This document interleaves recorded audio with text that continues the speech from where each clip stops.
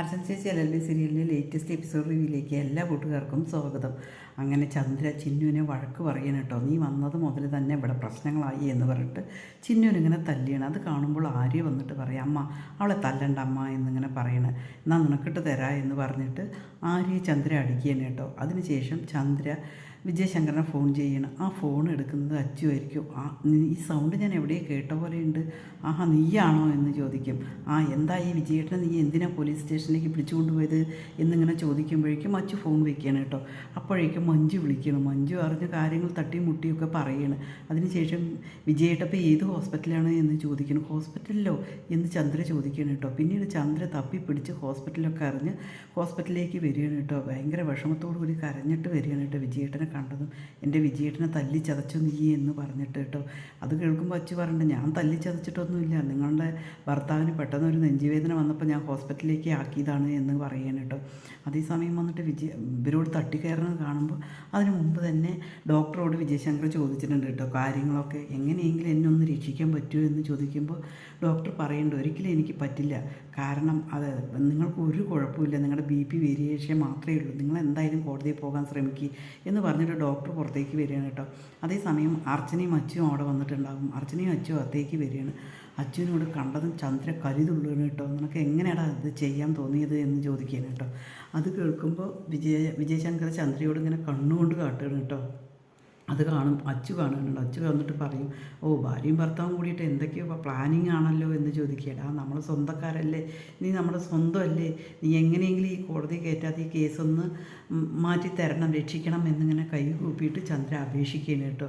അതേസമയം അച്ചു പറയും, ഞാനല്ല പരാതിക്കാരി, ഇതാ പരാതിക്കാരി നിൽക്കുന്നത് എൻ്റെ ചേച്ചിയാണ് എന്ന് പറയണം. ചന്ദ്ര അർച്ചനയോട് പറയും, അർച്ചനെ എന്തായാലും കേസ് രജിസ്റ്റർ ചെയ്തിട്ടില്ല, കോടതിയിൽ കയറ്റരുത്, നീ എങ്ങനെയെങ്കിലും രക്ഷിക്കണം എന്നിങ്ങനെ പറയും. അതേസമയം അർച്ചന പറയും, എൻ്റെ അനിയ മുകുന്ദനെ നിങ്ങൾ ഇതേപോലെ നിങ്ങളുടെ പെങ്ങൾ കൊണ്ടുപോയിട്ട് കേസ് കൊടുത്തല്ലോ, അതാദ്യം പിൻവലിക്കാൻ പറയുക എന്ന് പറയും കേട്ടോ. അത് കേട്ട സമയം തന്നെ പെട്ടെന്ന് തന്നെ ചന്ദ്ര രുക്കുവിനെ വിളിക്കാൻ കേട്ടോ. രുക്കുവിനെ വിളിച്ചിട്ട് പറയും, എങ്ങനെയെങ്കിലും നീ ഈ കേസൊന്ന് പിൻവലിക്കണം, ഈ മുകുന്ദൻ്റെ കേസ്, എങ്കിൽ മാത്രമേ ഏട്ടനെ ഇവിടുന്ന് കോടതി കയറ്റാതിരിക്കുകയുള്ളൂ എന്ന്. എനിക്ക് ഏട്ടൻ്റെ അവസ്ഥ അറിയില്ലേ എന്ന് ചോദിക്കും. ഒരിക്കലും ഞാൻ പിൻവലിക്കില്ല, എൻ്റെ മാനാഭിമാനമാണ് എനിക്ക് വലുത്, അതുകൊണ്ട് അപ്പം നിൻ്റെ ഏട്ടൻ്റെ കാര്യം എന്ന് ചന്ദ്ര ചോദിക്കുക. അതൊന്നും എൻ്റെ വിഷയമല്ല എന്ന് ചന്ദ്രയോട് രുക്കു പറയണം കേട്ടോ. നന്ദി കേട്ടവൾ എന്ന് പറയണം. അതിനുശേഷം അർച്ചനയോട് കെഞ്ചി കൈകൂപ്പി നിൽക്കണം കേട്ടോ. എന്നിട്ടൊന്നും കാര്യമില്ല എന്ന് പറഞ്ഞതിന് ശേഷം അർച്ചനയും അച്ചും പോവുകയാണ് കേട്ടോ.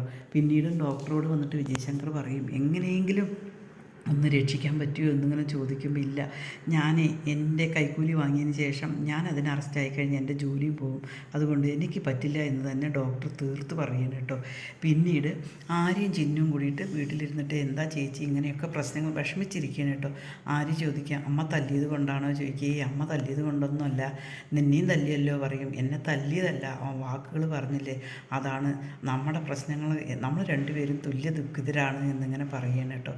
അതേസമയം ചിന്നു പറയുന്നുണ്ട്, ഞാനും എൻ്റെ അമ്മയും ഇവിടെ വന്നത് കൊണ്ടാണല്ലോ പ്രശ്നം, എന്തായാലും ഞങ്ങൾ ആ പ്രശ്നം തീർത്തിട്ടേ ഇവിടുന്ന് പോകുന്നുള്ളൂ എന്ന് പറയും. അതൊന്നും അല്ല ചേച്ചി, ചേച്ചീനെ കുറിച്ചും ആൻറ്റിയെക്കുറിച്ചും നേരത്തെ പറയുമായിരുന്നു അമ്മ, അതെല്ലാം ഞാൻ വിശ്വസിച്ചിരുന്നു, ഒരുപാട് ദ്രോഹങ്ങളും ചെയ്തിരുന്നു, പിന്നെയാണ് എനിക്ക് മനസ്സിലായത് എന്നിങ്ങനെ പറയുകയാണ് കേട്ടോ.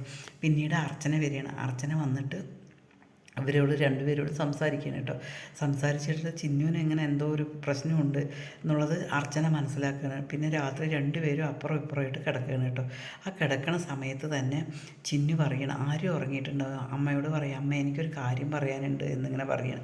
എന്താ മോളെ, എന്താ പറയുക എന്നിങ്ങനെ പറയണം. അച്ഛനെ എവിടെയാണെന്ന് ചോദിക്കുമ്പോൾ അങ്ങ് ദൂരെയാണെന്ന് അമ്മ പറയുമായിരുന്നു, പക്ഷേ അച്ഛൻ അടുത്തുണ്ട് എന്നുള്ളത് പിന്നീടാണ് അറിഞ്ഞത്. അതുപോലെ അച്ഛനെ കാണാനുള്ള സ്വാതന്ത്ര്യം അമ്മ എനിക്ക് തന്നു, അതിലെനിക്ക് ഒരുപാട് സന്തോഷമുണ്ട്. പക്ഷേ അമ്മ, എനിക്ക് എൻ്റെ അച്ഛനെ എന്തായാലും രക്ഷിച്ചേ പറ്റൂ, അമ്മ ആ കേസ് പിൻവലിക്കണം എന്നിങ്ങനെ പറയണം കേട്ടോ. ഒരു പുറത്ത് വന്നിട്ടാണ് സംസാരിക്കുക. ആര്യ എണിക്കേണ്ട, ആര്യ ഉറങ്ങുകയാണല്ലോ എന്ന് പറഞ്ഞിട്ട്, അപ്പോൾ ഞാൻ ആലോചിക്കട്ടെ പറയും, പ്ലീസ് അമ്മേ എന്ന് പറഞ്ഞിട്ട് ചിന്നു ഇങ്ങനെ കെഞ്ചിയാണ് കേട്ടോ. അത് കേൾക്കുമ്പോൾ അർച്ചന പറയുന്നുണ്ട്, നിൻ്റെ അമ്മാവൻ അവിടെ കിടന്നപ്പോൾ നിനക്ക് ഇത്ര ഇതുണ്ടായില്ലല്ലോ, നിൻ്റെ അച്ഛന് എന്തൊരു സ്നേഹമാണ് എനിക്ക് എന്നിങ്ങനെ പറയണം കേട്ടോ. അതിനുശേഷം രാവിലെ അർച്ചന കുളിച്ച് അമ്പലത്തിൽ പോകാൻ റെഡി ആവുകയാണ് കേട്ടോ. അപ്പോഴും വന്ന് ചിന്നു ചോദിക്കും, അമ്മ എന്തായി എന്ന്. ഞാനൊന്ന് അമ്പലത്തിൽ പോയിട്ട് വരട്ടെ ചിന്നു എന്ന് പറയും. അമ്മ എങ്ങനെയെങ്കിലും അച്ഛനെ രക്ഷിക്കണം, അച്ഛനെ കേസ് കൊടുക്കരുത്, കോടതി കയറ്റരുത്, ആ കേസ് പിൻവലിക്കണം പ്ലീസ് അമ്മേ എന്ന് പറഞ്ഞിട്ട് ചിന്നു ഇങ്ങനെ അർച്ചനയോട് കെഞ്ചി കരഞ്ഞ് അപേക്ഷിക്കുകയാണ് കേട്ടോ. ഈ ചാനലൊന്ന് സബ്സ്ക്രൈബ് ചെയ്ത് സപ്പോർട്ട് ചെയ്യുമോ.